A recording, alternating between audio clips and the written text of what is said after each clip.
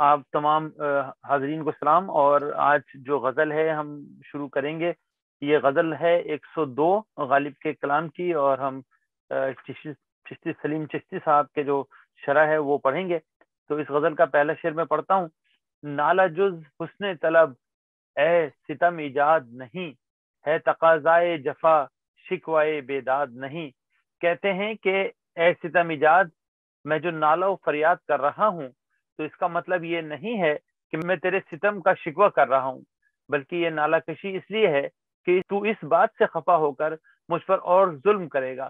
لہٰذا میری نالہ کشی طلب ستم ہی کی ایک صورت ہے. بنیادی تصور حسن طلب ستم محبوب.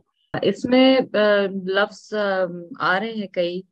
نالا خود جو ہے آہ کے معنی میں, لیمنٹیشن کے معنی میں, وہ آہ جو ایک رونے کی آواز کے ساتھ ہو. اور جز یہاں پہ عربی ہے. بجز جیسے ہم اس میں ب لگا کے فارسی اس کا بناتے ہیں. جز یعنی کسی چیز کے سوا, کسی چیز سے الگ. اور پھر حسن طلب, طلب یعنی کوئی چیز اپنی طرف مانگنا, اپنے لیے لینا. اور حسن ظاہر ہے اس کی خوبصورتی. سو یعنی بیسٹ طریقہ, بہترین طریقہ طلب کرنے کا. The best manner of asking for something, حسن طلب. تو یہاں پہ اور کس سے یہ بات کہی جا رہی ہے؟ کہہ رہے ہیں اے ستم ایجاد. اچھا, یہاں پہ اگین ہم کہتے ہیں کہ اگر اس قسم کی صفات انگریزی میں ہوتی ہیں تو اس کے بیچ میں ڈیش لگتا ہے, ستم ڈیش ایجاد, یعنی اے ستم ایجاد کرنے والے. ستم فارسی لفظ ہے, اس کا جو عربک ایکولنٹ ہے وہ ظلم ہے, جو کہ ہم جانتے ہیں اپریشن کے معنی میں. اینڈ دین وی ہیو ایجاد وچ از عربک. ایجاد کمز فرام وجود, افعال کے وزن پر ہے. اور اس میں جو واو ہے وہ معتل ہو جاتا ہے, اس لیے وہ یا بن جاتا ہے یہاں پر افعال میں.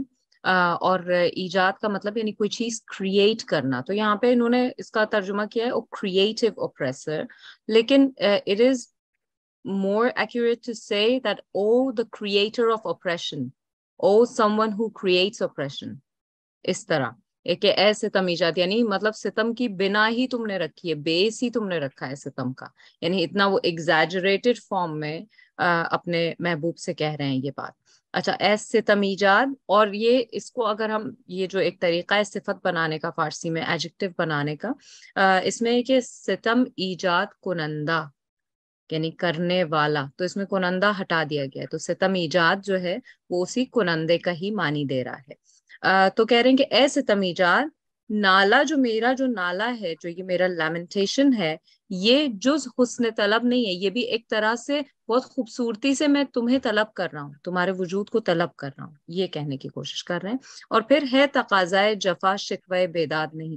اور میں مطلب اگین وہی وہ جو بات اس میں کہی گئی کہ میزوفزم کی طرف جو غالب کا بہت ہی زیادہ ایک رجحان انکلینیشن رہتا ہے, وہی اس میں بھی آپ کو نظر آئے گا کہ یہ جو میں رو رہا ہوں وہ شکوہ نہیں کر رہا ہوں. شکوہ یعنی ایک شکایت, شکایہ عربی میں آتا ہے, اور جب وہ فعلا کے اس طرح شکوہ جلوہ یہ جو الفاظ بنتے ہیں تو وہ اس کے سنگل ہونے کی طرف اشارہ کر رہے ہوتے ہیں. تو شکوہ یعنی ایک شکایت, بیداد عربی فارسی لفظ ہے, again that's a synonym to ستم and a synonym to ظلم, لیکن ظلم عربی ہے جیسے کہ میں نے کہا. داد کا مطلب ہوتا ہے جسٹس, بے داد یعنی لیک آف جسٹس یعنی اوپریشن. سو ایک طرف ستم کی بات کر رہے ہیں اور دوسری طرف اسی کو دوسری شکل میں کہہ رہے ہیں لیک آف جسٹس, ٹھیک ہے. اچھا, پھر شکوہ بیداد یعنی جو لیک آف جسٹس ہے اس کی ہم شکایت نہیں کر رہے ہیں, بلکہ تقاضائے جفا کر رہے ہیں. تقاضا تفاعل کے وزن پر ہے, یعنی کوئی چیز اپنے لیے مانگنا, یعنی کسی چیز کو. اور یہ قضائیہ اسی سے نکلتا ہے, قضیہ, قضاوت, یہ سارے الفاظ اسی سے نکلتے ہیں.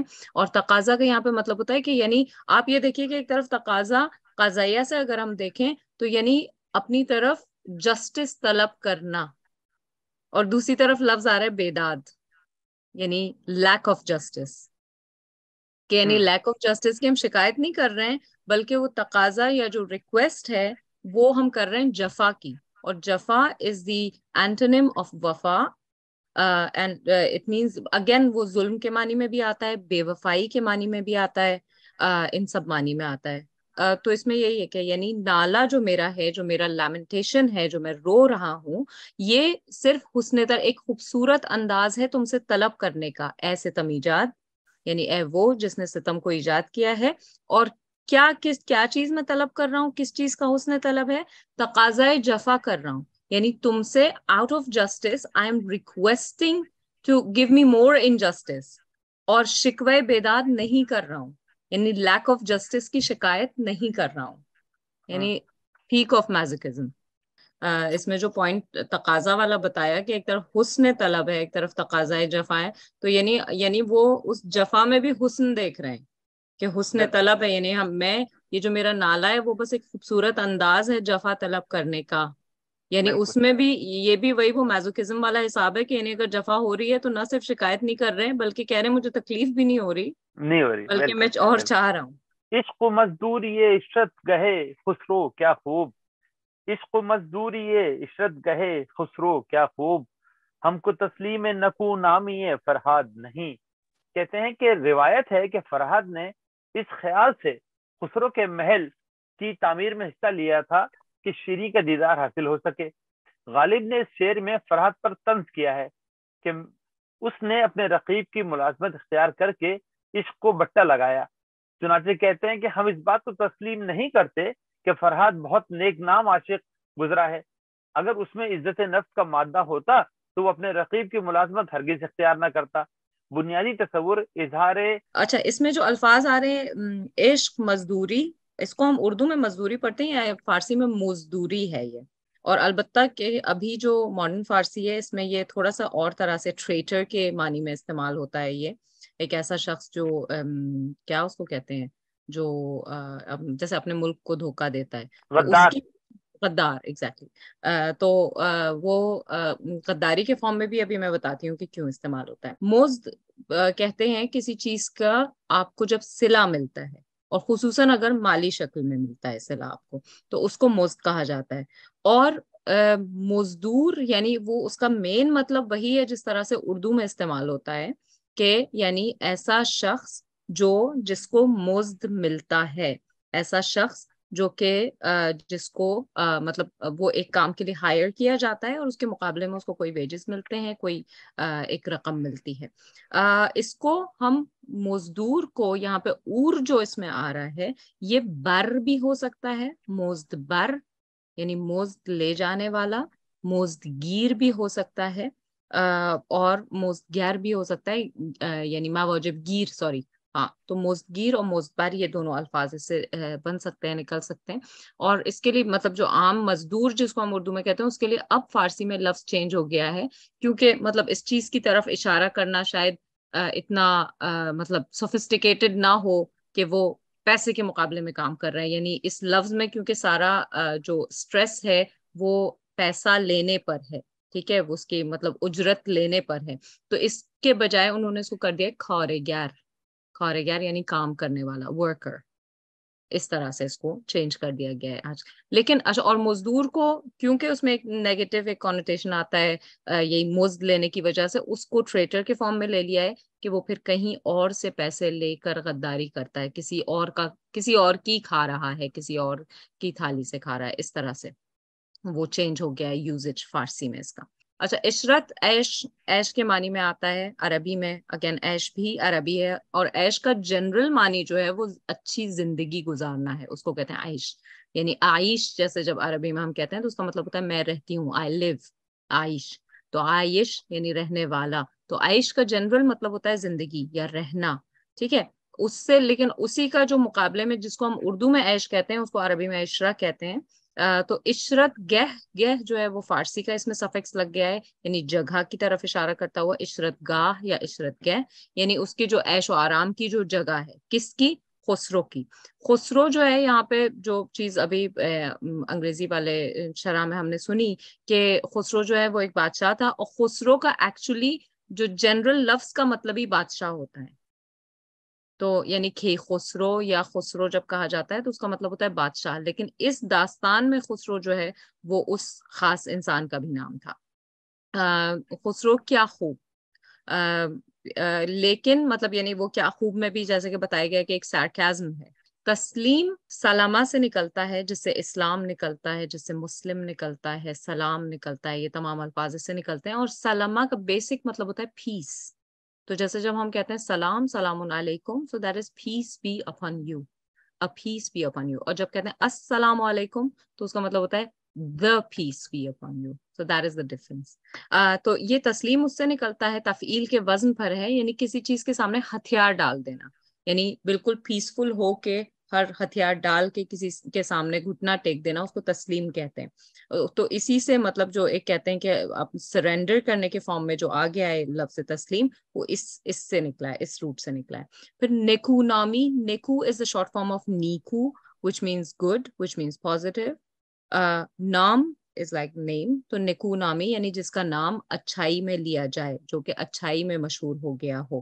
تو نیکو نامی فرحات جو ہے وہ ہم اس کے تسلیم نہیں ہوتے, یعنی ہم اس کے سامنے سرنڈر نہیں کرتے, ہم اس کو کوئی بہت اچھی چیز نہیں سمجھتے کہ ہم اس کو مطلب ایک طرح سے بہت گلوریفائی کرنے لگے. یہاں پہ تسلیم نہیں کا مطلب ہے کہ وی ڈونٹ گلوریفائی دیٹ. کیوں؟ کیونکہ اس نے مزدوری عشرت گئے خسرو کی, اور خسرو اس کا ایک طرح سے رقیب تھا, اس کو یہ نہیں کرنا چاہیے تھا اس کے سامنے. کم نہیں وہ بھی خرابی میں پوسعت معلوم, دشت میں ہے مجھے وہ عیش کے گھر یاد نہیں. وسعت معلوم یعنی اس میں اس قدر وسعت نہیں ہے. مطلب یہ ہے کہ اجاڑ ہونے کے لحاظ سے میرا گھر بھی دشت سے کم نہیں ہے, لیکن اس میں اس قدر وسعت نہیں ہے جو صحرا میں ہوتی ہے. یہی وجہ ہے کہ صحرا میں مجھے وہ راحت نصیب ہے کہ گھر یاد نہیں آتا. بنیادی تصور ذوق صحرا نوردی. اس میں الفاظ جو آ رہے ہیں خرابی, خرابی خرابہ سے نکلتا ہے, تخریب اسی سے آتا ہے, تخریب کار جیسے ہم اردو میں جو استعمال کرتے ہیں کہ کسی چیز کو خراب کرنے والے, خرابہ یعنی ٹو روئن سم تھنگ, اس سے نکلتا ہے. اور پھر فعال کے وزن پر خراب اس کا یعنی اس کا ایڈجیکٹو بنتا ہے. وسعت وسع سے آتا ہے, توسعہ وسیع, یہ سب اسی سے نکلتے ہوئے الفاظ ہیں. اور وسع کا مطلب ہوتا ہے کسی چیز کو ایکسپینڈ کرنا, ایکسپینشن سے آتا ہے. تو وسعت یعنی something that is expanded, اس طرح اس کو کہیں گے. اور توسیع جو ہے وہ ایکسپینشن ہوتا ہے, یعنی تفعیل کے وزن پر. اچھا, وسعت معلوم مفعول ہے یہاں پر, یعنی آبجیکٹو فارم میں آ رہا ہے علم سے, یعنی جو وہ چیز جو کہ علم کا آبجیکٹ ہے, یعنی وہ چیز جو ہم کو معلوم ہے, یعنی ہمارے علم کے اندر ہے, ہماری علم کی باؤنڈریز کے اندر ہے, something that is known basically. اچھا, دوسری طرف آ رہا ہے کہ دشت یہاں پہ فارسی لفظ ہے, پلین کے لیے استعمال ہوتا ہے ان جنرل, اور جیسے صحرا جو عربی میں کہتے ہیں اس کا ایکولنٹ ہے یہ فارسی میں. اور پھر عیش, اگین عیش یہاں پہ وہی لفظ آیا جو ہم پہلے بات کر چکے ہیں, عشرت کے کانٹیکس میں ہم نے عیش کی بات کی تھی. اور یہاں پہ عیش مطلب وہ زندگی بھی ہے, اور اچھی زندگی گزارنا, دونوں معنی میں آ رہا ہے. اچھا, ایک چیز جو مجھے, ایک پوائنٹ جو اس میں انٹرسٹنگ لگا, شاید اس پہ ابھی امت جی بہتر روشنی ڈال سکیں, کہ مجھے جو پہلے شعر میں جو پوائنٹ لگ رہا ہے کہ کم نہیں وہ بھی خرابی میں پوسعت معلوم, یعنی یہاں پہ یہ نہیں کلیئر ہو پا رہا کہ وہ اس کی جو خرابی کی وسعت ہے وہ گھر کی زیادہ بتا رہے ہیں یا دشت کی زیادہ بتا رہے ہیں. اس پہ امت جی آپ پھر روشنی ڈالیں. اس شعر کو سننے کے بعد غالب کا جو دوسرا ایک شعر ہے کہ ویرانی سی ویرانی ہے دشت کو دیکھ کے گھر یاد آیا, وہاں پر کہہ رہا ہے کہ دشت کو دیکھ کے گھر یاد آیا, مطلب وہاں پر یہ سگنیفائی کر رہا ہے کہ دشت اور گھر ایک دم سینونیمس ہو چکے ہیں, لیکن یہاں پر ایک دم اپنے بیان سے پلٹ رہا ہے. اور یہاں پر میں ایک شبد پہ بات کروں گا, عیش. عیش جس پہ آپ نے بات کی, عیش یہاں پہ صرف وسعت سے ڈائریکٹلی ریلیٹڈ ہو رہی ہے, کیونکہ گھر جو ہے وہ ایک جسے بولتے ہیں کلاسٹروفوبک ہو گیا اس آدمی کے لیے, کہ اس کی جو خرابی ہے, جو اس کا خرابہ ہے, وہ اس کلاسٹروفوبیا میں سانس نہیں لے پا رہا ہے, تو اس کو وسیع کرنا ہے. تو یہاں پر وسعت اور عیش ایک دوسرے سے کوریلیشن میں غالب نے اسی لیے لگائے ہیں کہ جو آدمی کا وحشت ہے اس کی پوری بھرپائی کے لیے ایک بڑا دامن چاہیے, جو کہ گھر میں پاسبل نہیں ہے. اس لیے جو ہے صحرا یا دشت نوردی جو بھی کر رہا ہے وہ بیٹر ہے میرے لیے. تو یہ بہت زبردست پہلو ہے اس شعر کا. اور جو آپ نے کہا کہ خرابی کس کی ہے اور جو وسعت ہے وہ کس کی ہے, یہ اس میں تھوڑا سا ڈاؤٹ رکھا ہے کہ ہاں, ایمبیگیوٹی ہے اس میں, اور مطلب وہ اس شکل میں ہے, مجھے ایسا لگتا ہے کہ یعنی وسعت, خرابی کی وسعت ہمیں معلوم ہے, کہ مطلب ویسے تو خرابی دونوں کی ایک ہے لیکن ایک کی وسعت زیادہ ہے. اب کس کی وسعت زیادہ ہے یہ ہمیں نہیں پتا. تو اگر ہم اس کو اس طرح لے سکتے ہیں کہ دشت کی مطلب فزیکل وسعت زیادہ ہے تو وہاں پہ اس وسعت کی وجہ سے کیونکہ وہ کلاسٹروفوبیا جیسے آپ نے کہا کہ نہیں ہوتا تو اس لیے وہاں پہ ہمیں عیش لگتا ہے. لیکن دوسری طرف اگر خرابی کی وسعت دیکھیں تو وہ گھر میں زیادہ ہے, اور اگر خرابی گھر میں زیادہ وسیع ہے. اس کو آپ اگر ایسے پڑھیں بھی کہ وسعت معلوم دشت میں, پیچھے سے گھما کے پہلے مصرے سے گھما کے دوسرے میں چلے جائیں کہ وسعت معلوم دشت میں, تو پھر کلیئر ہو رہا ہے کہ دشت میں جو ہے وہ وسعت ہمیں معلوم ہے. مجھے وہ عیش کے گھر یاد نہیں. ہاں اچھا, میں اس کے بالکل اپوزٹ سوچ رہا ہوں. میرے خیال میں یہاں گھر کے بارے میں وہ کہہ رہے ہیں کہ گھر کی خرابی اور صحرا کی خرابی تو مشترک ہے, لیکن گھر کی خرابی کی وسعت مجھے معلوم ہے. یعنی وہ کیونکہ میرا گھر محدود ہے, چھوٹا ہے, تو اس کی تو وسعت مجھے پتا ہے کہ اس کی جو خانہ خرابی ہے وہ مجھے معلوم ہے. لیکن صحرا جو ہے وہ لامحدود ہوتا ہے, تو اس کی جو مطلب وسعت ہے وہ زیادہ ہے. تو میں اس کو دوسرے انداز میں لے رہا ہوں کہ اسی لیے اس میں عیش بھی زیادہ ہے مجھے. صحرا میں کیونکہ خرابی زیادہ ہے یا اس کی وسعت زیادہ ہے, اسی میں مجھے عیش بھی زیادہ ہے. تو اس لیے وہ کہہ رہے ہیں دشت میں ہے مجھے وہ عیش کے گھر یاد نہیں. تو وہ مجھے اتنا اس میں عیش مل رہا ہے اس خرابی میں, کیونکہ مقصد تو وہی ہے نا کہ جتنی بربادی ہوگی اتنا میں خوش ہوں اس میں اپنی بربادی میں. تو وہ جو بربادی مجھے صحرا میں مل رہی ہے وہ اتنی زیادہ ہے کہ وہ مجھے عیش کی طرح لگ رہی ہے, اور مجھے پھر گھر یاد نہیں آ رہا, کیونکہ گھر میں جو ہے اس کی وسعت کم ہے, اس کی وسعت مجھے معلوم ہے, تو اس میں عیش بھی کم ہے, مطلب اس خرابی میں عیش بھی کم ہے. مطلب میں نے کہا وہ خرابی اصل میں گھر کی اس وجہ سے بھی معلوم ہے نا کہ وہ خود کریٹ کی ہوئی ہے ساری. صحیح بات. اہل بینش کو ہے طوفان حوادث مکتب, لطمائے موج کمز سے لیے استاد نہیں. کہتے ہیں کہ مکتب کنایا ہے ذریعہ عبرت آموزی سے. لطمہ یعنی تھپیڑا, سیلی بمانے تھپڑ. مطلب یہ ہے کہ جو لوگ عقل مند ہیں وہ حوادث روزگار سے عبرت حاصل کرتے ہیں, یعنی ان کی نگاہ میں لطمہ موج حوادث بے منزلہ سے لیے استاد ہے, یعنی استاد کا تھپڑ شاگرد کے حق میں مفید ہوتا ہے. اسی طرح عقل مند لوگ جب حادثات کے تھپڑے کھاتے ہیں تو ان سے سبق حاصل کرتے ہیں. بنیادی تصور عبرت آموزی از طوفان حوادث. اچھا, اس میں الفاظ آ رہے ہیں اہل بینش. اہل ہم پہلے بھی بات کر چکے ہیں اس پہ کہ اہل کا مطلب ہوتا ہے جس کو ہم اردو میں اگر ڈائریکٹ ترجمہ کریں تو وہ ہوگا والے, یعنی بینش والے.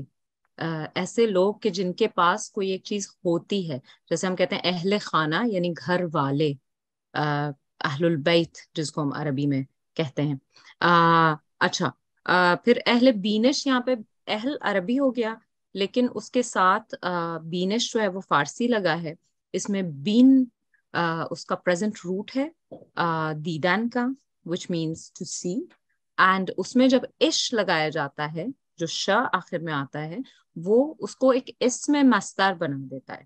اسم مصدر یعنی وہ ایکشن اس میں نہیں ہے but at the same time it's the infinitive. ٹھیک ہے, تو بینش یعنی دیکھنے والا, یعنی observance, یعنی کسی چیز کو جو لوگ دیکھ سکتے ہیں جن کی نگاہیں کھلی ہوئی ہیں. تو دیکھنے والے کے لیے جو مطلب گہرائی سے دیکھ سکتا ہے ان کے لیے اہل بینش کو ہے طوفان حوادث. طوفان لفظ جو آتا ہے اس کے لیے یہ مطلب کوئی ایسا کنجوگیٹڈ ورڈ نہیں ہے کہ جس کو ہم کہیں اس میں خاص ہے, اور طوفان ہم جانتے ہیں کہ جیسے ہریکن کے لیے استعمال کیا جاتا ہے. طوفان حوادث یہاں پہ اس کو ایک یعنی مضاف اور مضاف الیہ اس میں اضافت لگائی جا رہی ہے. حوادث حادثہ کی جمع ہے, اور حدثہ کا مطلب ہوتا ہے عربک میں something that is either being related or something that has happened. حدثہ یعنی, اور اسی سے حدیث نکلتا ہے, وہ جب اس کی ریلیشن کی طرف وربل ریلیشن کی طرف اشارہ کرتا ہے. وربل یعنی کوئی کسی چیز کو وربلی بتانا, الفاظ میں بتانا, تو وہ ہو جاتا ہے حدیث, اس طرف چلا جاتا ہے. محدث اسی سے نکلتا ہے.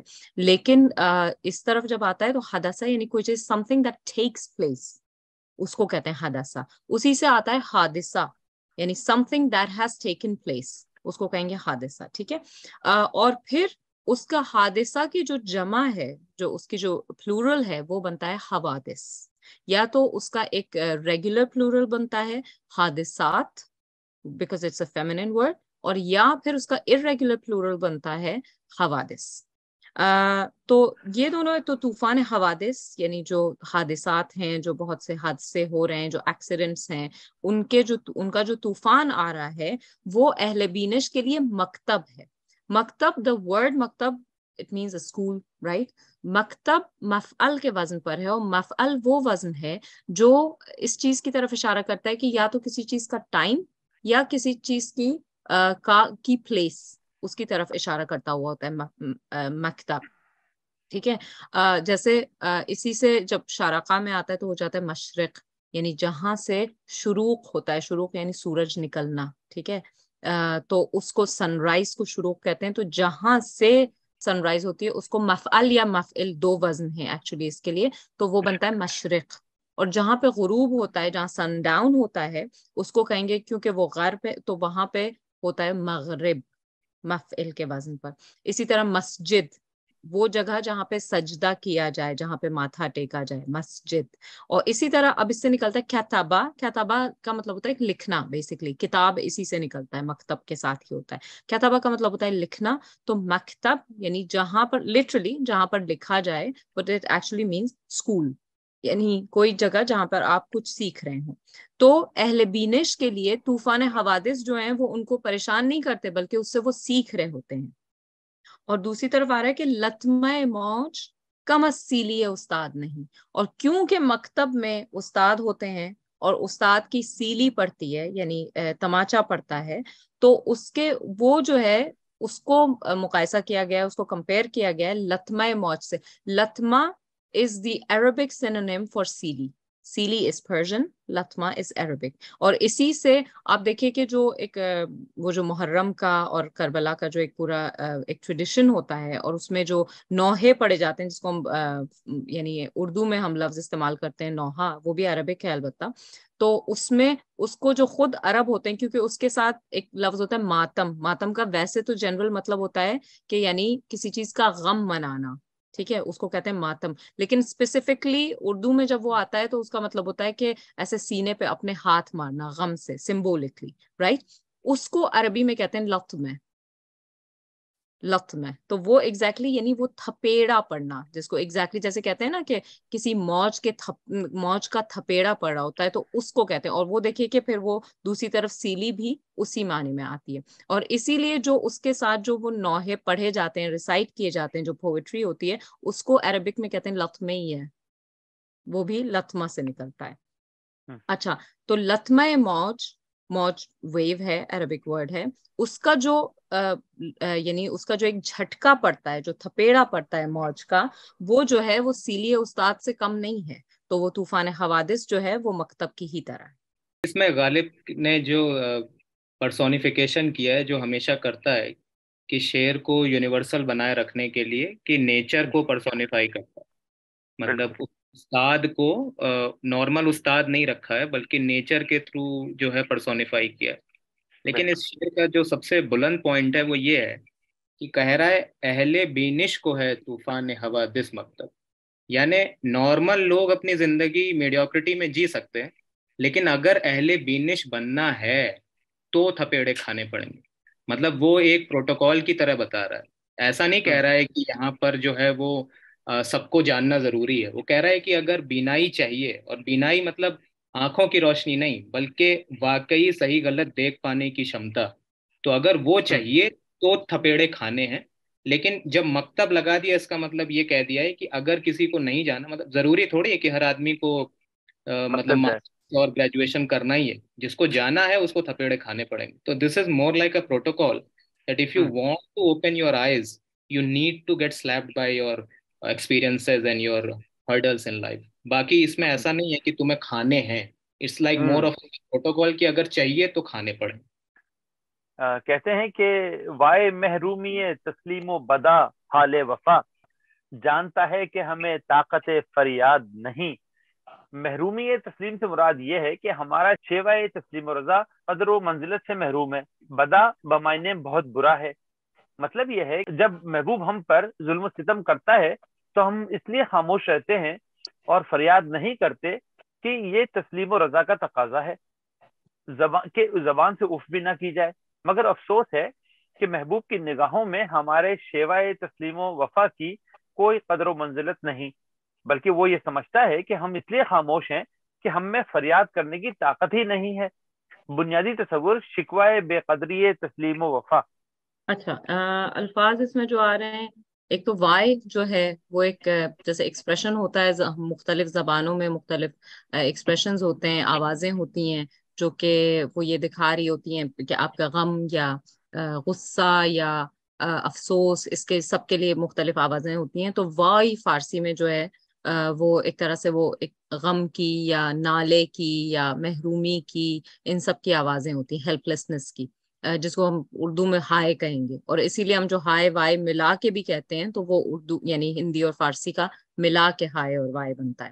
اچھا، پھر محرومی جو لفظ آ رہا ہے اس میں یہ جو ہے وہ فارسی والا ہے، اس کو یعنی محروم ایک سبجیکٹو آبجیکٹو فارم میں ایک لفظ بن رہا ہے، ایک ناؤن بن رہا ہے، اور اس میں یہ جو ہے وہ انفینیٹیو اس کو بنانے کے لیے اس میں یہ لگایا گیا ہے، اور وہ فارسی کا لگایا گیا ہے۔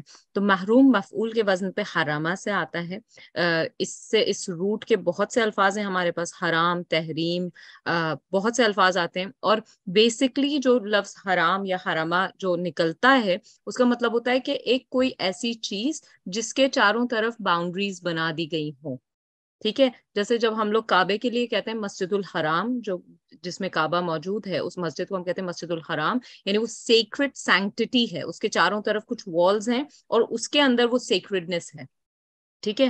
اور وہ جو مطلب ایک جو والز بنتی ہیں کسی چیز کے چاروں طرف، اس کا مطلب ہوتا ہے کہ either you can not inter that boundary, اور یا پھر اگر آپ انٹر ہوتے ہیں تو خاص شرطوں سے انٹر ہوتے ہیں۔ تو جو ہم جب کہتے ہیں کہ فلاں چیز، جیسے جو ریلیجسلی کہا جاتا ہے کہ فلاں چیز حرام ہے، تو یعنی کہ اس کے چاروں طرف باؤنڈریز ہیں، that's a no entry zone, that means حرام۔ تو اسی لیے تو وہ پازیٹیو فارم میں بھی آتا ہے، اور لوگ اکثر کنفیوز ہوتے ہیں کہ اگر حرام کا نیگیٹو کنوٹیشن ہے تو پھر مسجد الحرام کیوں ہوتی ہے؟ تو وہ اس طرح ہوتی ہے کہ یعنی وہ ایک باؤنڈری بنی ہوئی ہے کہ you can't enter into it just like that. تو اور حرام اگر وہ مطلب چیزوں کی طرف اشارہ کر رہے ہوتے ہیں یا کھانے پینے کی طرف اشارہ ہوتا ہے، سو دیٹ مینس کہ that's a no entry zone, no entry boundary. تو اس طرح آتا ہے۔ تو محروم ہونا یعنی جس شخص کے اوپر وہ حرامہ، وہ جو باؤنڈریز ہیں وہ لگا دی گئی، یعنی اس کو آؤٹ کر دیا گیا، ان والز سے، ان باؤنڈریز سے آؤٹ کر دیا گیا، تو وہ اس سے محروم ہو گیا۔ اب کس کی محرومی ہے؟ یعنی تسلیم، یعنی ایک طرف وہ تسلیم ہو گیا ہے، اور تسلیم کا ہم نے ابھی شروع کے جو ایک شعر آیا تھا اس میں بتایا تھا کہ تفعیل کے وزن پہ سلامہ سے نکلتا ہے، سلامہ مینس پیس، اور تفعیل کے وزن یعنی کسی چیز کے سامنے پیسفلی ہتھیار ڈال دینا، سرینڈر کر دینا، ٹھیک ہے؟ تسلیم اس معنی میں آتا ہے۔ سو بیسکلی یعنی جیسے ہوتا ہے نا کہ سفید جھنڈا آپ دکھا رہے ہیں، اس کو کہتے ہیں تسلیم، یعنی سرینڈر کرنا۔ تو اب یہ تسلیم ہم نے کیا لیکن پھر محروم بھی ہو گئے، یعنی تسلیم ہونے کے باوجود محروم ہو گئے، تو یہ محرومی ہے تسلیم۔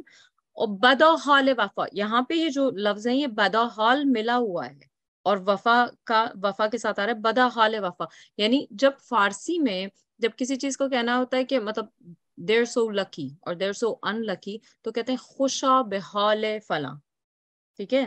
خوشا بحال مین، کہ I'm so lucky to have you all over here مثلا۔ تو خوش سے خوشا، اور پھر بحال یا خوشا حال مین، اور اسی طرح اسی کا الٹا ہوگا بدا حال، یعنی کتنا برا حال ہے اس کا، کتنا وہ ان لکی ہے۔ تو اس بدا حال وفا یعنی میری وفا جو ہے وہ کتنی اس معاملے میں بدقسمت ہے، بدا حال وفا، کیا بدحال ہے وہ۔ اور دوسری طرف میری تسلیم جو ہے وہ محروم ہے کہ جانتا ہے کہ ہمیں طاقت فریاد نہیں۔ اور یہ ہماری یہ دونوں یہ جو یعنی سچویشنز ہیں، ایک طرف ہماری وفا اور تسلیم دونوں اتنی ہیلپ لیس ہیں، اس کی وجہ یہ ہے کہ جو ظالم ہے، جو محبوب ہے، وہ جانتا ہے کہ ہم میں یہ طاقت بھی نہیں ہے کہ ہم کوئی فریاد کر سکیں، یعنی اس کے خلاف ہم کوئی آواز اٹھا سکیں۔ جی صحیح، چلیے ہم اگلا چھٹا شعر پڑھتے ہیں۔ کہتے ہیں کہ رنگ تمکین گل و لالا پریشاں کیوں ہے، گر چراغان سرے راہ گزر باد نہیں، رنگ تمکین بمعنی انداز خودداری۔ رنگ کا لفظ گل و لالا کی رعایت سے لائے ہیں۔ تمکین کنایا ہے حیت گل و لالا سے، یعنی جب پھول کھلتا ہے تو اس کے اوراق مجتمع ہوتے ہیں، یہ اجتماع اوراق ہی ان کی شان تمکین ہے۔ پریشاں کنایا ہے اور آنکھ کے بکھر جانے سے. رنگ تمکین گل کو چراغاں نے سر رہ گزر بعد سے تشبیہ دی ہے، اور اس میں شک نہیں کہ یہ تشبیہ بہت موزوں ہے، کیونکہ جس طرح وہ چراغ جلد بجھ جاتا ہے جو رہ گزر بعد میں رکھا ہو، اسی طرح پھول کی پتیاں بھی بہت جلد بکھر جاتی ہیں. مطلب یہ ہے کہ ان تصریحات کے بعد مطلب بالکل واضح ہو گیا کہ اگر رنگ تمکین گل و لالا بمعنی چراغان رہ گزر بعد نہیں ہے، یعنی اگر رنگ تمکین عارضی نہیں ہے تو وہ اس قدر جلد پریشان یا زائل کیوں ہو جاتا ہے. یہاں استفہام اقراری ہے. بنیادی تصور یہ ہے کہ بے ثباتی تمکین گل و لالا. الفاظ اس میں بہت انٹرسٹنگ یہ استعمال کیا گیا ہے، شاید اس پہ امت جی بعد میں بات کرنا چاہیں. رنگ تمکین گل و لالا، یعنی رنگ گل و لالا نہیں ہے، رنگ تمکین گل و لالا. تمکین جو ہے وہ ایک طرح سے جو لفظ استعمال ہوتا ہے ویسے تو تفعیل کے وزن پہ مکانہ سا ہے، یعنی کوئی چیز، کسی چیز کو کسی مکان میں فکس کرنا، لیکن اس کا مطلب بیسک یہ نکل رہا ہوتا ہے، یعنی یوزیج یہی ہے کہ کسی چیز کو ایک جگہ پر بٹھا دینا، یعنی کسی چیز کو تسلیم کر لینا، اس کو ایکسپٹ کر لینا، اور اس ایکسپٹنس کے ساتھ اس کو ساتھ لے کے چلنا. ٹھیک ہے، اس کو کہتے ہیں تمکین. جیسے مثلا جو ایک لیگل لینگویج میں جب اگر جیسے میاں اور بیوی کے بیچ میں جھگڑا ہوتا ہے تو وہاں پہ کہتے ہیں کہ ایک کسی کو تمکین کرنی ہوتی ہے دوسرے کے ساتھ، یعنی اس کو ساتھ لے کے بہت سی چیزیں برداشت کر کے اور اس کو بیس پر بٹھا کے اور ساتھ لے کے چلنا ہے، اس کو تمکین کہتے ہیں. تو یہاں پہ آپ دیکھیے کہ کہہ رہے ہیں کہ وہ جو یعنی گل و لالا اگر وہاں پر موجود ہیں، اس راستے پر کھلے ہوئے ہیں، تو وہ تمکین کر رہے ہیں کہ وہاں پر کھلے ہوئے ہیں، ورنہ ان کی مطلب جگہ نہیں بنتی تھی، شاید ان کا اس سے بہتر مقام ہونا چاہیے تھا. تو اس تمکین کا رنگ جو ہے وہ اڑا ہوا کیوں ہے، پریشان کیوں ہے. اور یہاں پہ پریشان ہم نے پہلے بھی بات کی ہے، زلف کے لیے یا یعنی انسان کے حال کے لیے یا دماغی حالت کے لیے جب استعمال ہوتا ہے تو پریشان کا مطلب ہے، پریش کا مطلب ہوتا ہے یعنی بکھرا ہوا.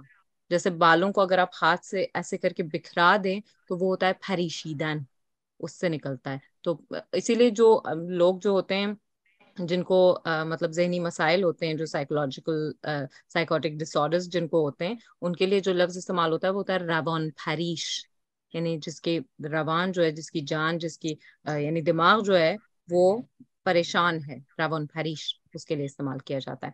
تو اس میں کہا جا رہا ہے کہ وہ اتنا بکھرا ہوا وہ رنگ کیوں ہے. تو اگر گر چراغان سرے رہ گزرے بات نہیں، کیوں اگر یہ یعنی یہ جو لالا گل ہیں یہ اگر سرے رہ گزرے بعد چراغاں نہیں کر رہے ہیں، کیونکہ ایک طرف وہ لالی جو ہے وہ چراغ کی طرف اشارہ کر رہی ہے، تو یہ چراغانی جو ہوئی ہے، یہ جو بہت سے لالا گل ہیں وہاں پر لال رنگ کے، یہ سرے رہ گزرے بعد، رہ گزر یعنی وہ راستہ جہاں سے گزرا جائے، سرے رہ گزر یعنی اس کے پاس. سر کا مطلب ہوتا ہے کسی چیز کے ہیڈ پہ، کسی چیز کے کونے میں. یعنی فارسی میں جب آپ ایڈریس بھی دے رہے ہوتے ہیں نا تو آپ کہتے ہیں کہ مطلب سارے خیابان، دیٹ مینس کہ اس خیابان کے، اس روڈ کے شروع میں، اس اسٹریٹ کے شروع میں، اس طرح سے کہتے ہیں. تو سر رہ گزرے بعد، کس کا رہ گزرے؟ وہ بعد کا، ونڈ کا. ٹھیک ہے، and there is a difference between wind and like breeze. یہ ہم یاد رکھیں، ہم اردو میں یوزلی باد کا مطلب ایئر لیتے ہیں یا بریز بھی لیتے ہیں، جیسے باد نسیم. ٹھیک ہے، نسیم جو ہے، نسیم کا مطلب ہوتا ہے بریز، باد کا مطلب ہوتا ہے ونڈ. سو ایکچولی نسیم باد نہیں ہے، نسیم ہے. لیکن اردو میں ہم اس طرح استعمال کر سکتے ہیں. یہ جو باد صبا استعمال ہوتا ہے وہ نسیم کے لیے صبا از اے ٹائپ آف ونڈ. صبا، ہاں، کیونکہ نسیم اور صبا اور یہ سب ڈفرینٹ قسمیں ہوتی ہیں ہوا کے جھونکوں کی، کون سی کدھر سے چلتی ہے اور کدھر جاتی ہے، کیا کرتی ہے، تو وہ اس کے حساب سے ان کے الگ الگ نام ہیں. تو بہرحال، تو اگر یعنی یہ باد یعنی جو ہوا چل رہی ہے، جو ونڈ چل رہی ہے، یہ اس کے رہ گزر پر اگر چراغاں نہیں کر رہے ہیں تو ان کے یہ رنگ جو ہیں، ان کے تمکین کے رنگ پریشان کیوں ہیں. ٹھیک، کوئی کچھ کہنا چاہے گا مزید؟ میں بس ایک پوائنٹ کہہ دوں جو میرے دیوان ہے اس میں لکھا ہوا ہے اور مجھے بہت انٹرسٹنگ لگ رہا ہے.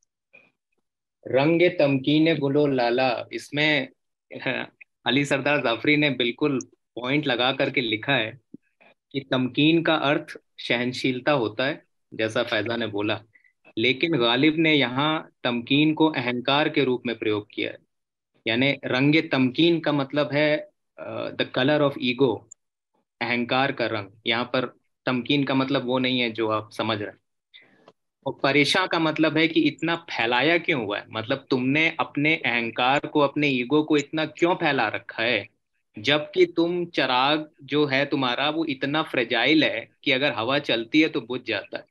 اور یہاں پر ماسٹر مائنڈ دیکھیے کہ جو لالا کا پھول ہوتا ہے, جو ٹیولپ کا پھول ہوتا ہے, اس کی جو پتی ہوتی, مطلب اس کی جو پیٹل ہوتی ہے, اس پہ بھی چراغ والا ہی داغ ہوتا ہے کالے رنگ کا. اگر آپ گوگل کریں تو کر لیں. جو ٹیولپ کا اندرونی حصہ ہوتا ہے وہ ایسے ہوتا ہے کہ جیسے چراغ جل کے بجھ گیا. بالکل. تو پرسونیفیکیشن بھی زبردست کیا ہوا ہے. اور یہاں پریشان کا مطلب پریشان ہونا نہیں, یہاں پریشان کا مطلب ہے کہ اتنا تم نے اپنے ایگو کو بکھرا کیوں رکھا ہے, جبکہ تم ذرا سی آندھی چلتی ہے تو تمہارا لا جو ہے بجھ جاتی. یہ علی سردار. چلیے میں 7واں شعر پڑھتا ہوں. سبد گل کے تلے بند کرے ہے گلچیں, سبد گل کے تلے بند کرے ہے گلچیں, مجدائے مرغ کے گلزار میں صیاد نہیں. کہتے ہیں کہ مطلب سبد گل بمعنی پھولوں کی ٹوکری, مطلب بلبل سے خطاب کرتے ہیں کہ تجھے مبارک ہو, گلزار میں صیاد نہیں ہے جو تجھے قفس میں بند کر کے باغ سے باہر لے جاتا, بلکہ گلچی نے تجھے پھولوں کی ٹوکری میں بند کیا ہے, اور اس صورت میں تجھے پھولوں کا قرب حاصل ہو گیا ہے جو تیرا مقصد حیات ہے. بنیادی تصور اظہار خوش نصیبی بلبل. اچھا, اس میں یہاں پہ جو دونوں شرح میں سنتی آ رہی ہوں, مطلب تلے کا انہوں نے اس طرح مطلب نکالا ہے کہ یعنی فلاور باسکٹ میں نائٹنگیل کو بند کر لیا ہے انہوں نے, رائٹ؟ اگر میں صحیح سمجھی ہوں, جہاں تک میں نے دھیان دیا اس پر. میں اس کو تھوڑا سا ڈفرینٹلی بھی دیکھ رہی ہوں. ساباد از باسکٹ, رائٹ, اور ساباد گول فلاور باسکٹ. گلچین کہتے ہیں جس کو ہم کہتے ہیں خزاں. خزاں دوسرا جو لفظ ہے اس کا, فارسی میں خزان فارسی میں کہتے ہیں, لیکن اس کو ہم اردو میں خزاں کر لیتے ہیں, پتجھڑ. ٹھیک ہے, تو اس کے لیے بھی گلچین استعمال ہوتا ہے, اور گلچین اس شخص کو بھی کہہ سکتے ہیں جو پھول چنتا ہے. گلچین کرنے کا ایک اور مطلب ہوتا ہے ٹو سلیکٹ تھنگس. جیسے مثلا کہا جاتا ہے کہ اگر ایک بہت سارے ایک آپ کے پاس ایک پلے لسٹ ہے, میوزیکل پلے لسٹ ہے, تو اس میں آپ کچھ گانوں کو گلچین کریں گے, یعنی پھول کی طرح چن کے الگ کریں گے اپنے گلدستے کے لیے, اس کو بھی کہتے ہیں. ٹھیک ہے, تو اب آپ اس کو سلیکشن کر لیں یا اس کو خزاں کہہ لیں. یہ کہا جا رہا ہے کہ جو چیز مجھے جس پر تھوڑا سا یہ لگ رہا ہے کہ اس کو دوسری طرف بھی دیکھا جا سکتا ہے, ظاہر ہے کہ جو شرح میں یعنی جو معنی لکھے ہیں کہ لفظ تلے, ایک تو اگر وہ ہندی والا تلے لیں یعنی کسی چیز کے نیچے, رائٹ, جیسے چراغ تلے کہا جاتا ہے, لیکن دوسری طرف فارسی میں ایک لفظ ہے تلا ہے کے ساتھ, اور اس میں اگر اس کو ہم کنجوگیٹ کریں گے تو اردو میں بڑی ہے اس میں لگ جائے گا, جیسے کہ یہاں پہ, جس کا مطلب ہے کہ بیٹ یا نیٹ جس میں جانور کو پکڑا جاتا ہے اس کو بھی تلا کہتے ہیں, رائٹ. تو یعنی جو سبد گل کے تلے جو ہے, یعنی سبد گل جو ہے وہ ایک تلا ہے, رائٹ, ایک اس طرح ایک نیٹ ہے پکڑنے کے لیے, دام کو اپنے اندر پکڑنے کے لیے. ایک دام جیسے جو ہم ایک اور لفظ تالے کے لیے استعمال کرتے ہیں وہ دام ہے, کہ دام میں جیسے صیاد جو پھنساتا ہے تو وہ اس کو اب بند کر رہا ہے, سبد گل کے اس تلے کو, اس دام کو بند کر رہا ہے صیاد. گلچین اور مجدہ مرغ کے گلزار میں صیاد نہیں. اور یہ مطلب آئرونک ہے یہ شعر کہ مجدہ یعنی کسی چیز کی خوشخبری دینا, مجدہ اے مرغ یعنی نائٹنگیل یہاں پہ کہہ لیں خاص طور سے, ورنہ مرغ کا جنرل مطلب ہو جائے گا کوئی بھی پرندہ. ٹھیک ہے, تو اے نائٹنگیل, اے بلبل, تمہیں یہ خوشخبری ملے کہ اب گلزار میں جو پھولوں کا جو باغ ہے اب اس میں صیاد نہیں ہے. صیاد صید سے آتا ہے یعنی شکار کرنا, فعال کے وزن پر یعنی بہت شکار کرنے والا صیاد. تو یعنی اب شکار کرنے والا جو وہ گلزار میں نہیں ہے, اور اب وہ سبد گل کا جو تلا ہے وہ بند کر رہا ہے. سو یعنی اب تم فریلی گھوم سکتی ہو, کہ گلچین جو ہے وہ تلا بند کر رہا ہے, اب تم فریلی گھوم سکتی ہو.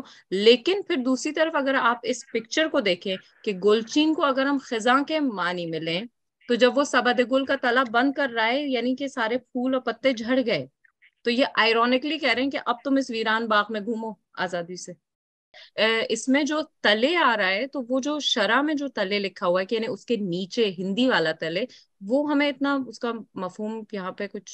یہ جو تلے ہے یہ ظاہر ہے کہ ہندی کا لفظ ہے، اور اردو میں یہ بڑی یہ سے لکھا جاتا ہے جیسا کہ اس میں دیوان میں بھی لکھا ہوا ہے اور اس جگہ پر.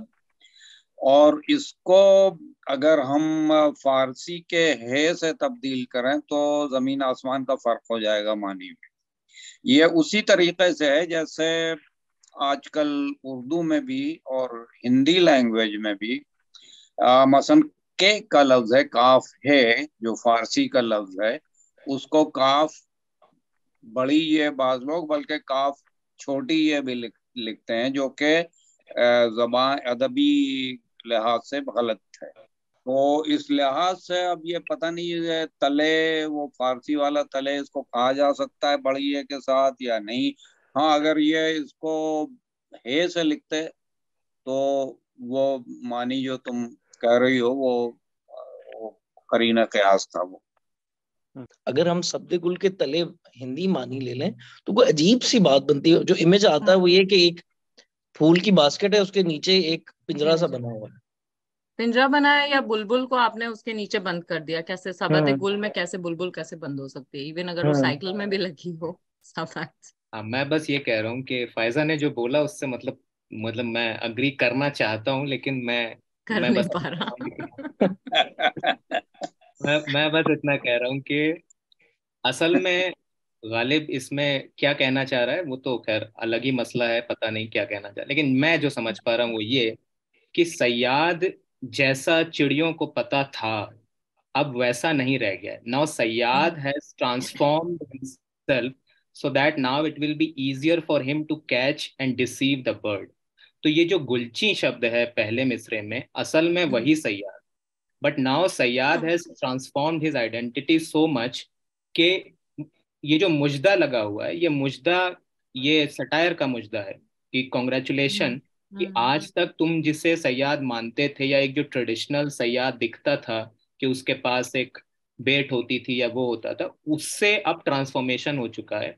اور اب جو پکڑنے والا ہے وہ پھول لے کر کے پکڑتا ہے، اب وہ جال لے کر کے نہیں پکڑتا، پکڑتا اب بھی ہے. لیکن پھر آپ اس کو پھر بند کرے کو کس طرح سے وہ کریں گے کہ تلے بند کرے؟ اس کا مطلب یہ ہے کہ اب جو پہلے جال ڈالتے تھے جال کے اوپر ہو سکتا ہے صیاد کچھ اور ڈالتا ہو، لیکن اب پھول ڈالتا ہے گلچی. سبد گل کے تلے بند کرے یعنی کہ اب جو پھولوں کے نیچے جال ہے، پہلے ہو سکتا ہے کہ اوپر صیاد کچھ اور. اچھا اس طرح. اب اس نے اپنا طریقہ پکڑنے کا چینج کر دیا. مطلب اب اگر آپ اپنے مطلب وہ جال بچھا کے اس کے اوپر سبد گل ہے. ہاں نیچر ایوالو اس طرح کرتی ہے نا. جب جو پرے ہے اپنے پریڈیٹر کو سمجھ جاتا ہے تو پھر پرے اور پریڈیٹر دونوں ایوالو کرتے ہیں. تو یہاں پر صیاد گلچی میں ایوالو ہو گیا. اب اس قسم کا یعنی پریکٹیکلی کوئی ایسا ٹریپ واقعی ہوتا ہے یا نہیں ہوتا، یہ بھی ایک سوال ہے. سر انسانوں کو پھنسانے کے لیے تو ہوتا ہے، اب چڑیوں کا نہیں. بلبل کے لیے ہوتا ہے یا نہیں؟ چلیے ہم 8واں شعر پڑھتے ہیں. نفی سے کرتی ہے اسبات تراوش گویا، نفی سے کرتی ہے اسبات تراوش گویا، دی ہے جائے دہن اس کو دم ایجاد نہیں. نفی سے نہیں مراد ہے، اسبات سے اسبات دہن مراد ہے. یعنی جب وہ زبان سے بار بار لفظ نہیں ادا کرتا ہے، یعنی محبوب عاشق کے ہر بات کے جواب میں نہیں کہا کرتا ہے، تو اس میں نفی ہے. اس میں نفی سے اس کے ذہن کا اسبات ہو جاتا ہے. غالب نے یہاں تراوش کی مناسبت سے اسبات کو مونس باندھا ہے، ورنہ یہ لفظ مذکر ہے. چنانچہ وہ خود کہتے ہیں ہر رنگ میں بہار کا اسبات چاہیے. گویا لفظ گویا دہن کی رعایت سے لائے ہیں. ناسخ کی تقلید میں غالب کو بھی ضلع جگت بولنے کی عادت ہو گئی ہے. دم ایجاد یعنی بوقت پیدائش، جائے دہن بمانے بجائے دہن. مطلب یہ ہے کہ شعراء عموماً معشوقوں کے دہن کو معدوم باندھتے ہیں.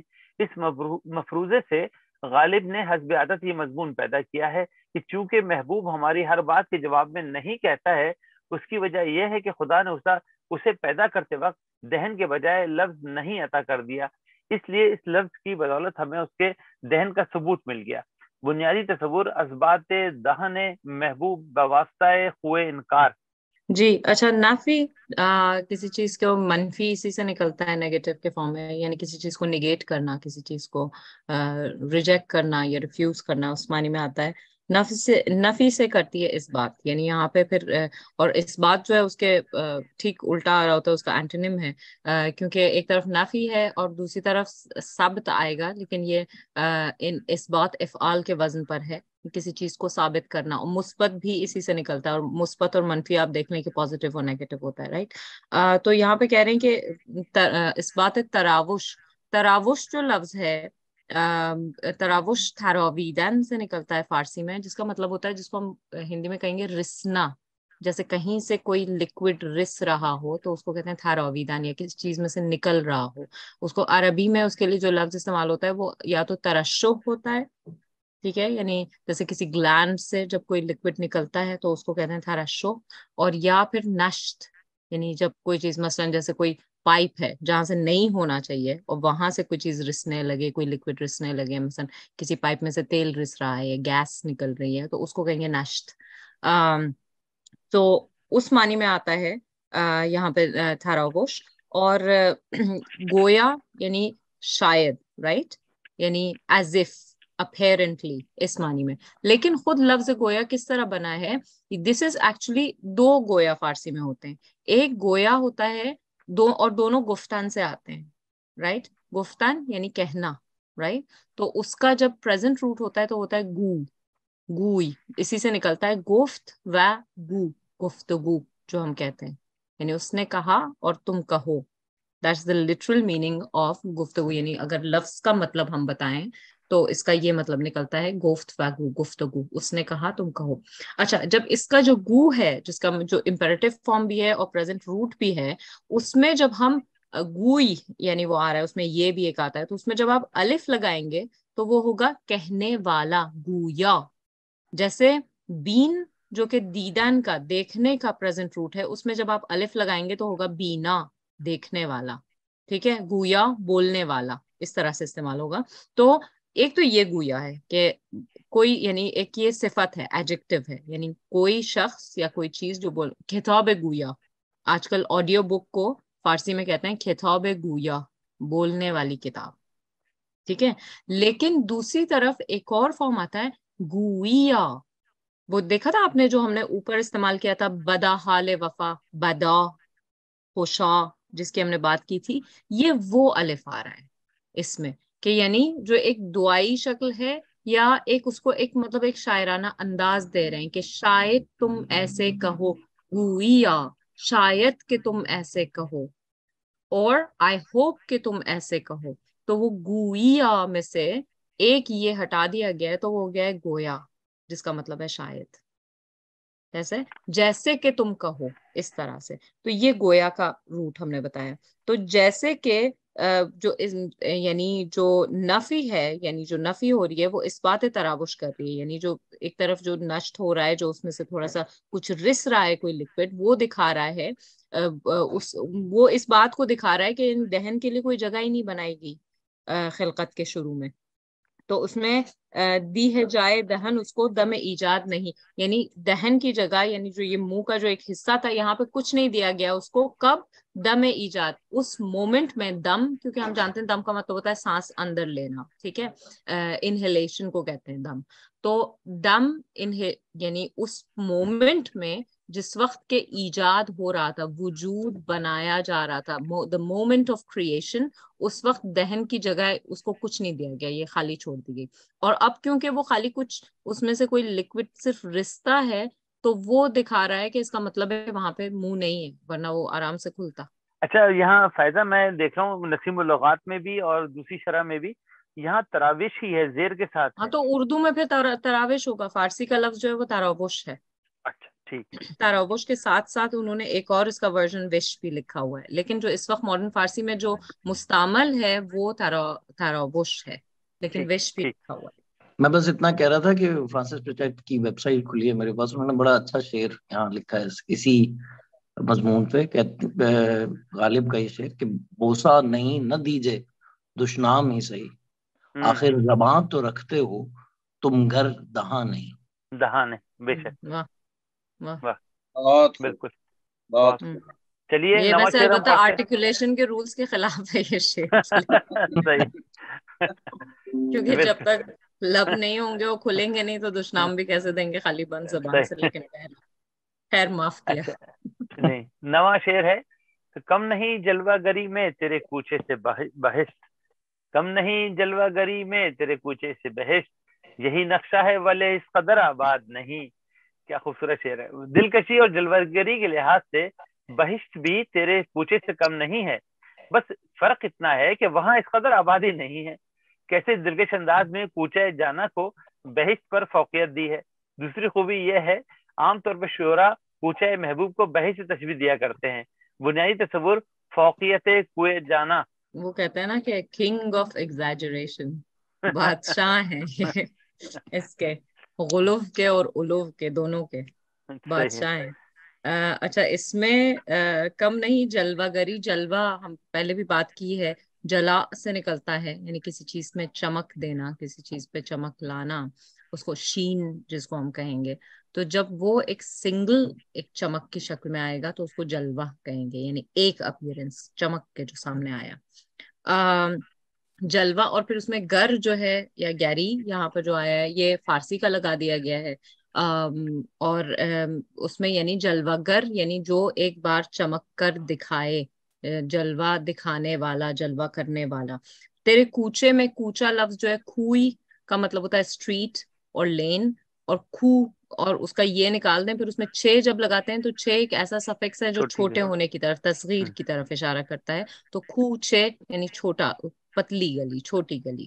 اور پھر بہشت اس کے مقابلے میں آ رہا ہے.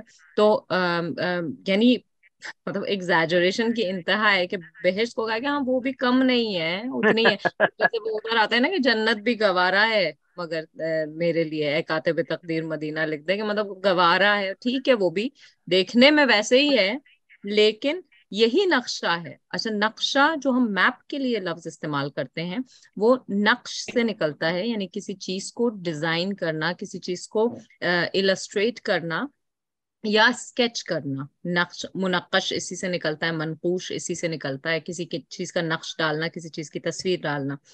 اور نقشہ اسی سے وہی جلوہ کی طرح ایک ہے اس میں لگا کے، یعنی نقشہ وہی ہے، ظاہر وہی ہے، اس کا بنا ویسے ہی ہے، ڈیزائن وہی ہے، لیکن اس قدر آباد نہیں.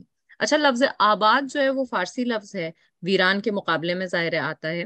اور آپ دیکھیے کہ پرانے زمانے میں یا شاید آج بھی کہ جو جگہیں جن کو ہم کہتے ہیں آبادی، جو شہر بناتے تھے وہ اس جگہ پہ ہوتے تھے جہاں پہ پانی ہو، پانی کے پاس بنائے جاتے تھے. تو یہ جو آباد آ رہا ہے لفظ، یہ آب سے نکل رہا ہے کہ یعنی پانی، پانی ہونا، کیونکہ پانی جو ہے وہ زندگی کا سمبل بھی ہے، اس کی نشانی بھی ہے، اس کی ضرورت بھی ہے. تو آباد نہیں مطلب یعنی اس میں اتنی آبادی ہے نہیں، اس میں اتنی رونق نہیں ہے، نقشہ وہی ہے. ٹھیک ہے. اچھا اس میں ایک اور بات بھی ہے، میں اس کو اس طرح دیکھ رہا ہوں کہ جو پہلا مصرع ہے نا کہ کم نہیں جلوہ گری میں تیرے کوچے سے بہشت، بہشت میں جلوہ گری بھی ہے لیکن کیونکہ تیرے کوچے میں آبادی زیادہ ہے، تیرے کوچے میں رونق زیادہ ہے، لوگ وہاں زیادہ ہیں، تو وہ کیونکہ تیرے محبوب تیرے اس میں عشق میں گرفتار ہیں تو وہ جنت میں تو نہیں جائیں گے، تو وہاں تو جو ہوگی آبادی کم ہو جائے گی کیونکہ سارے خلقت تو تیرے پاس آ گئی ہے. تو وہ جو تمہارے محبوب ہیں وہ تو سارے ان کے لیے تو یہی جنت ہے، تو وہ جنت میں تو جائیں گے نہیں، تو جنت میں لہذا آبادی ہوگی کم، لہذا اس لیے نقشہ تو وہاں پر بھی ویسا ہی ہے لیکن وہاں تھوڑی آبادی تھوڑی سی کم ہو جائے گی. تو یہ وہ احمد فراز کا وہ شعر ہے نا کہ مکیں ادھر کے بھی جلوے ادھر کے دیکھتے ہیں. واہ واہ واہ. نہیں لیکن آپ نے یہ والی تشریح کر کے نا جنت کا تھوڑا سا دل رکھ لیا کہ فار گڈ ریزن آباد نہیں ہے. مقطع ہے کرتے کس منہ سے ہو غربت کی شکایت غالب، کرتے کس منہ سے ہو غربت کی شکایت غالب، تم کو بے مہری یاران وطن یاد نہیں. مطلب یہ ہے کہ اے غالب تم کس منہ سے پردیس کی شکایت کرتے ہو، کیا تمہیں اپنے اہل وطن کی بے وفائی اور بے مروتی یاد نہیں رہی. بنیادی تصور وطن میں شان کیا غالب کے ہو غربت میں قدر، اس میں مطلب الفاظ غربت آ رہا ہے، اس کے بارے میں پہلے ہم نے بات کی تھی. غریب اسی سے نکلتا ہے، غریب کی یوزیج آ کے اردو میں فرق ہو گئی ہے، پاورٹی کے معنی میں آ گیا ہے، پور کے معنی میں آ گیا ہے غربت. لیکن ایکچولی غریب کا مطلب جو ہوتا ہے وہ ہوتا ہے یعنی جو بے وطن ہو، جو جلا وطن ہو، اپنے وطن سے دور ہو، مسافر ہو، یا کسی ایسی جگہ پر ہو جہاں ان نون ہے. ایسے ان نون جگہ کو، ان نون جگہ میں ہونے کو غریب کہنا، یعنی اس کو ہم اردو میں غریب الوطن کہتے ہیں، اور غریب کو جیسے پاورٹی سے ہم پھر ریلیٹ کرتے ہیں، حالانکہ ایسا ہے نہیں. پھر شکایت، شکایہ یعنی کسی چیز کے لیے کمپلین کرنا، اس سے نکلتا ہے شکایہ، عربی میں آتا ہے. اور پھر اس کے بعد آتا ہے بے مہری. مہر جو ہے وہ ویسے تو محبت کو کہتے ہیں، لیکن دوسری طرف جو فارسی میں ایک اور لفظ کے لیے یوز ہوتا ہے، البتہ اس کا اس شعر سے نہیں لینا دینا، کہ وہ مہر جو کا مطلب سورج بھی ہوتا ہے. تو بے مہری اور سورج کے لیے اسی لیے کہ یعنی جو اس کی جو آپ پہ ریز پڑتی ہیں، جو آپ کو گرمی دیتی ہے، تو وہ ایک طرح سے اس کی مہربانی ہے، یعنی اس کی اچھائی ہے، اس کی کائنڈنس ہے. تو اس طرح سے مہر دونوں معنی میں آتا ہے. تو بے مہری یعنی لیک آف افیکشن اس معنی میں. اور جو یاران وطن تھے، یعنی جو آپ کے وطن، جو کمپیٹریٹس جن کی بات کی گئی ہے، ان کی کیا تمہیں بے مہری یاد نہیں ہے جو تم اب شکایت کر رہے ہو غربت کی؟ کیونکہ یہاں پہ بھی اگر تنہائی ہے تو وہاں پہ بھی تنہائی تھی. بہت سمپل شعر ہے یہ آخر. وطن پہ تھوڑا سا بات کر سکتے ہیں؟ وطن جو ہے موطن یا وطن جو اس پہ آتا ہے، اس کے لیے جو مدر لینڈ کے لیے جو استعمال کیا جاتا ہے بیسک ورڈ، یہ وہ ہے عربی میں. اور اس کے لیے موطن یہ وہی مفعل کے وزن پر جو ہم نے شروع میں جس کا مفعل اور مفعل کا ذکر کیا تھا، تو موطن اسی سے نکلتا ہے. تو اس وقت ماڈرن عربی میں وطن جس کو ہم کہتے ہیں اس کے لیے موطن استعمال ہوتا ہے، یعنی وہ the spot of the place of وطن. جی بالکل بالکل. چلیے بہت شکریہ آپ سب کا. اگلے بدھ کو ملاقات ہوگی. خدا حافظ.